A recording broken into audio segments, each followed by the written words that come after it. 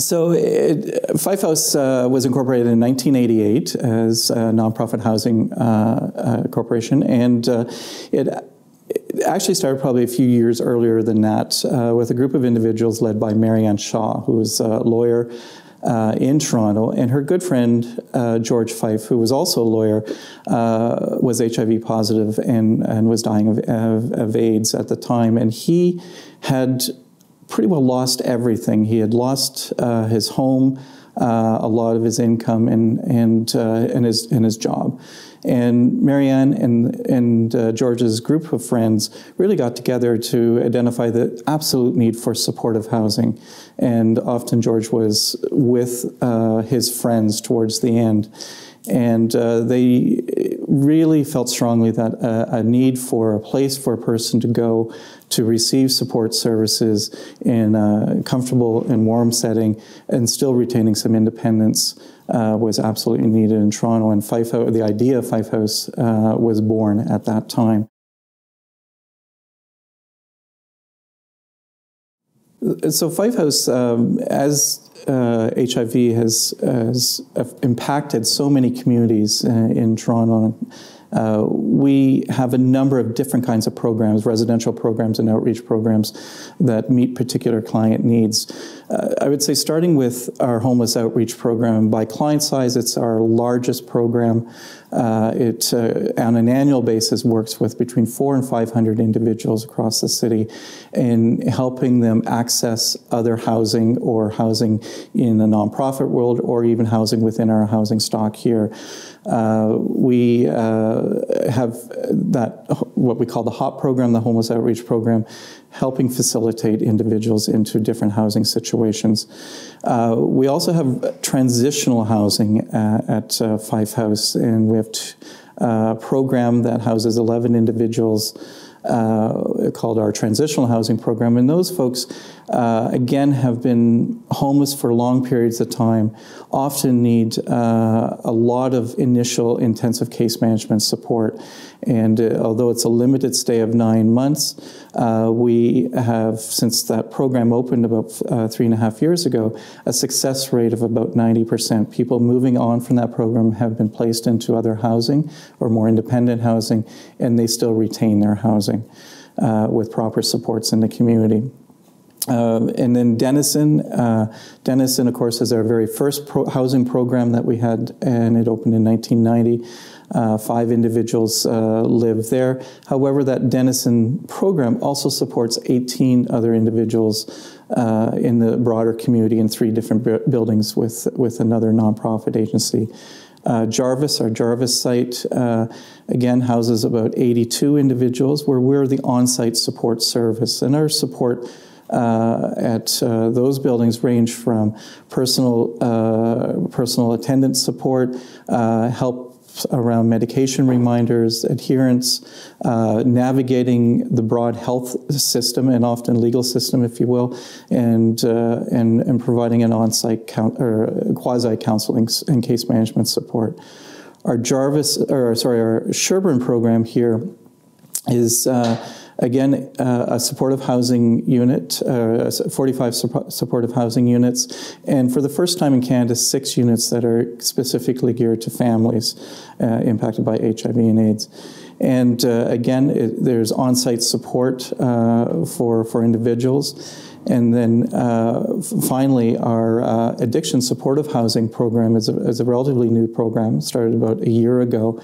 And it's a partnership between ourselves and another agency, Loft Community Services. And again, that program specifically works with HIV positive folks who have chronic substance use issues and who were frequently accessing the health system, primarily emergency rooms and lengthy stays in the hospital, and where we would intervene early in their discharge from hospital and moving them into a unit and providing a wraparound support service. And I'm happy to say that all 32 of those units are now full.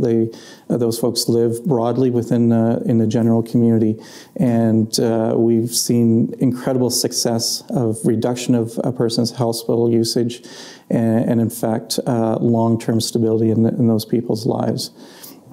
As well, our community program, we can have the bricks and mortar of a house or an apartment building and four walls of a unit for a person to live, but that's just the beginning. We need, and we heard from our community around developing unique and distinct and fun community activities that actually make the apartment building a home, or or help identify that this is a home for individuals. So anywhere from meal programming to outings. We have a very active wellness center on site that we have worked with a variety of broader support services to bring in massage therapy, Reiki, health or holistic health services to our community.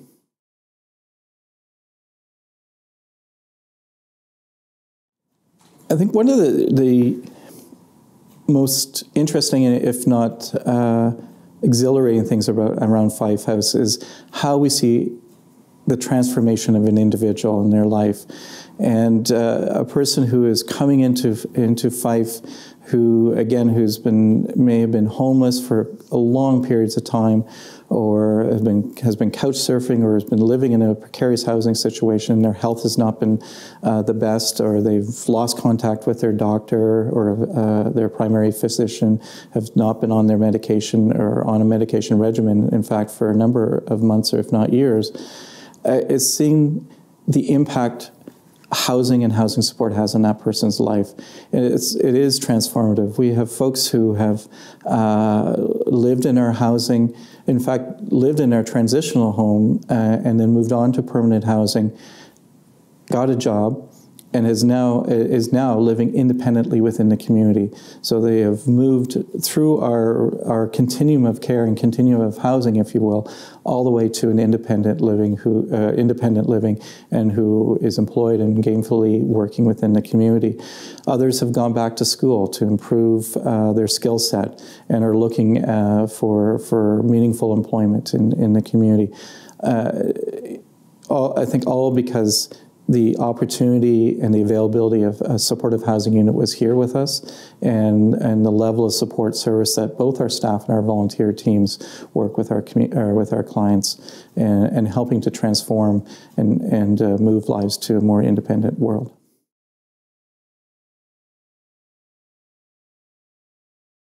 Probably about 65 to 67 staff working here, both full-time, part-time, and relief staff.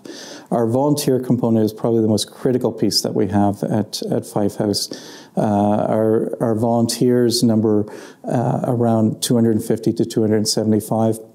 And they provide a range of support and direct service both to our clients through community programming, administratively here at head office, through our events and fund development activities, and also within our governance. And we have an active board and an active board committee structure that take a keen interest in the direction of Fife House. Along with that, we are great champions of JIPA and MIPA, both within the workplace and within the governance structure. We recently adopted the Ontario Accord, which identified the need and support of the principles around JIPA.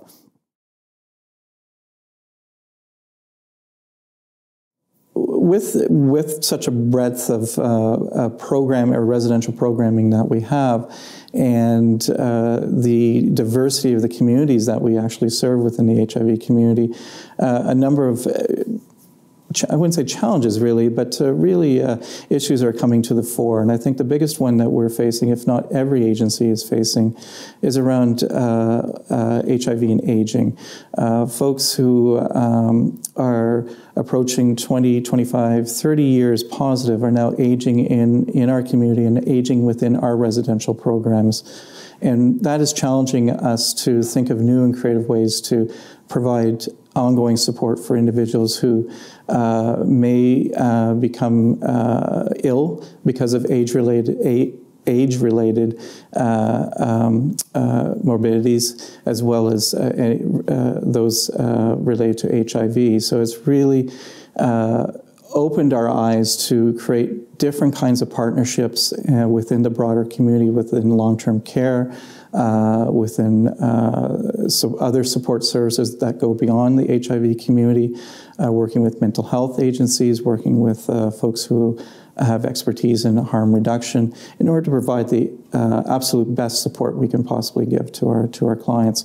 In addition to that, discrimination and stigma are a large issue and continue to be a large issue within the HIV community, and certainly within our housing community. Many of our clients and tenants have identified, both in the research that we've been part of and anecdotally at intake, their experiences with discrimination and stigma within the broader community, being denied housing because of their status, or if their status was found out within a housing complex, and it being so uncomfortable that they had to leave that environment.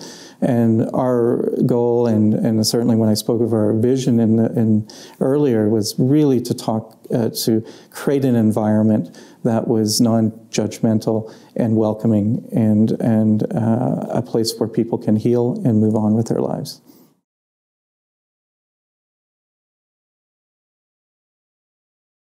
So for Fife in the future, and in fact, we will be beginning the process of a new strategic direction development in the fall of this year. However, we do see HIV and aging and those with cognitive issues as an important place where we need to concentrate our efforts. How do we support those individuals successfully in their home, given the financial and funding environment in Ontario, and I think we partner so well with other agencies to deliver the best possible service for our clientele. So I think that is a directional piece for us. In addition to that, it's always going to be more housing units. We need to develop and encourage and advocate and partner around new housing and opportunities for more units to place our folks. Certainly a concentration and direct concentration on working with families and placing them in appropriate housing. As well as we talk about an aging population, but there's also a younger population who are HIV positive. And we think that, again, that will pose some unique challenges for our housing and housing environment, but also an opportunity to look at a unique housing that is catered to a younger and youth.